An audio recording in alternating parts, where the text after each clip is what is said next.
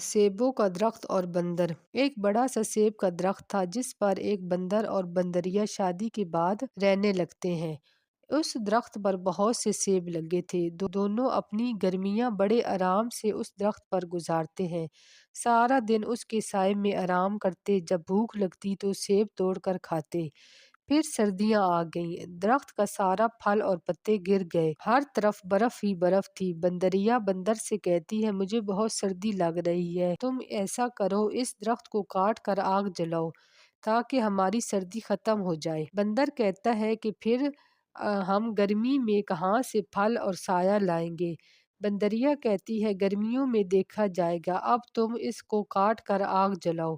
بندر اسی طرح سے ہر روز درخت کو کاٹ کاٹ کر آگ لگاتا رہا۔ درخت ختم ہو گیا، پھر گرمیاں آ گئیں، اب ان کے پاس نہ ہی سایہ تھا اور نہ ہی پھل۔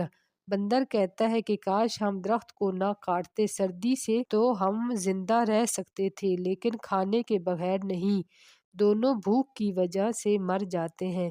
اسی لیے ہمیں بھی چاہیے کہ سب کچھ ایک ہی وقت میں ختم نہیں کرنا چاہیے، کچھ آگے کے لیے بھی بچا کر رکھنا چاہیے۔